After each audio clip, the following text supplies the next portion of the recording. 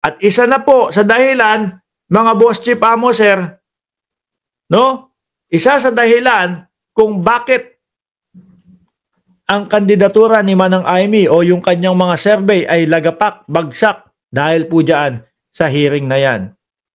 So ngayon, kapag ka lumalagapak, ay nako, kailangan mag-collab friend, humingi ng tulong. Ito nga po. Para kay Amy. Eto, pati naman po ang nanay nagamit na. Di ba? Ay, Diyos ko, pati yung matanda nagamit na. Si Madam Imelda Marcos, mga kababayan. narito ko nangangampanya para kay Amy. Eto si Amy tumatakbo ng re-eleksyon.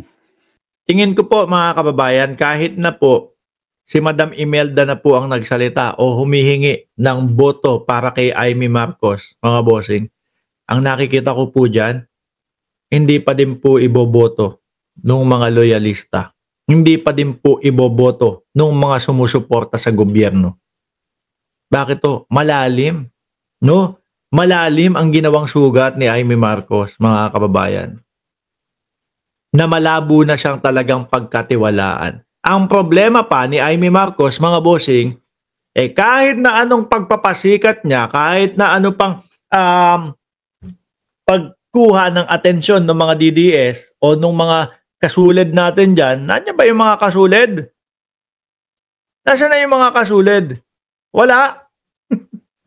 Kahit na ho, mga kababayan, imposible na iboto pa din ho yan ng mga sumusuporta sa gobyerno ho, mga bossing. No?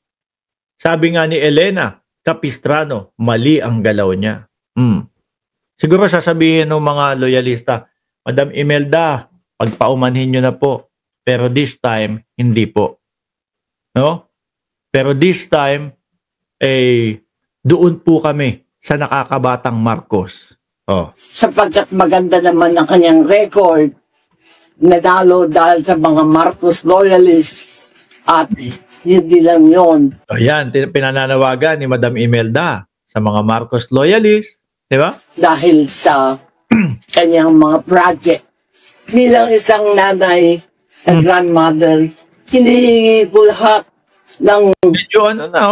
Medyo hirap na din magsalita po si Madam Imelda, Medyo hirap na po na magsalita, mga kababayan. Tambayan ng Pilipino. Eto, parang yung mga style na ganito, parang style ho DDS Tingnan nyo si dating Pangulong Duterte, mga kababayan.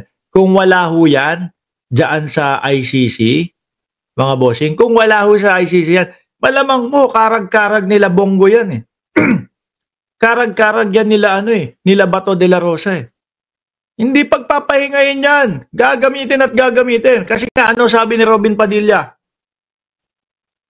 Ang sabi ni Robin Padilla, pagka wala ho ang dating Pangulong Duterte, wala ho kami. No? Walang pumupuntang tao. Kaya, talagang kinakarag nila, talagang inaakay nila. Kahit na hirap na ho.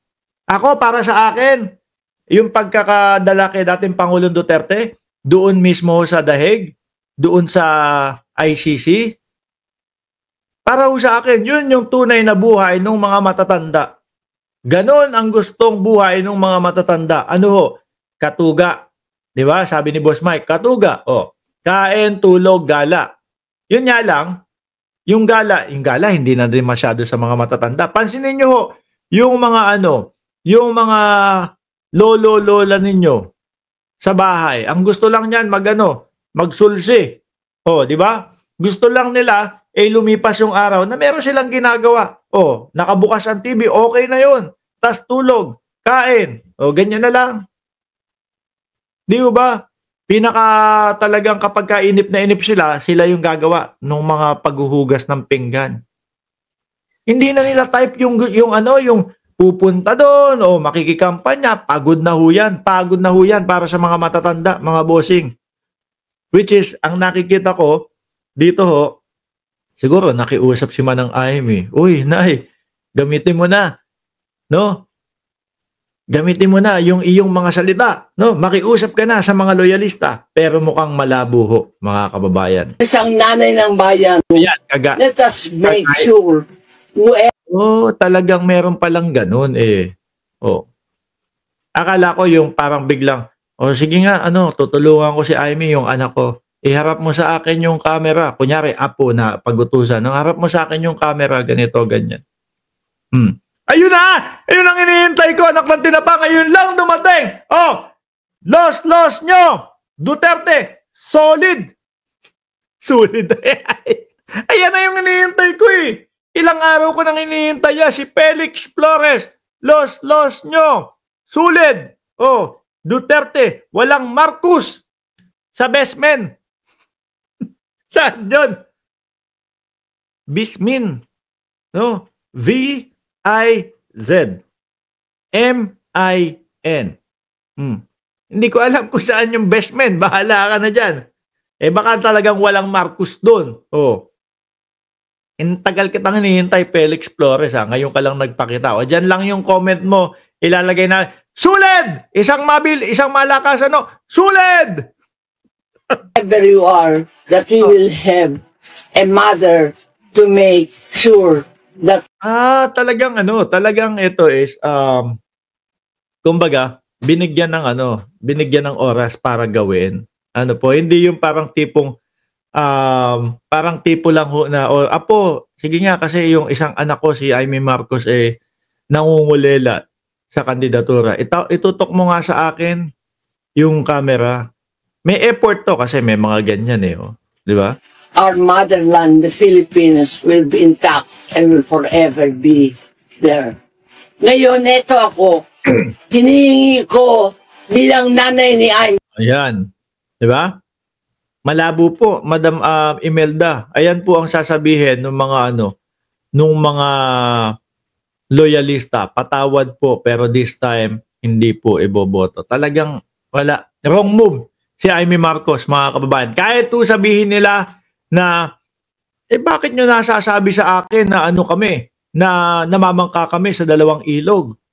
Bakit ganyan? Kahit sabihin halatang halata. Dahil pati yung mga Duterte, yung mga DDS, yung mga suled, ayaw po siyang iboto, mga bossing. Lalo na sa kakamping. Saka pa iboto si Amy yung mga yan. Ako'y lola na medyo matanda na naka-wheelchair, kahit na wheelchair. Nais ko sapagkat siya hindi lang magaling na senadora at Madam, patawad po pero inihinto ko na po. Lilipat na po kami doon sa explanation ni Amy.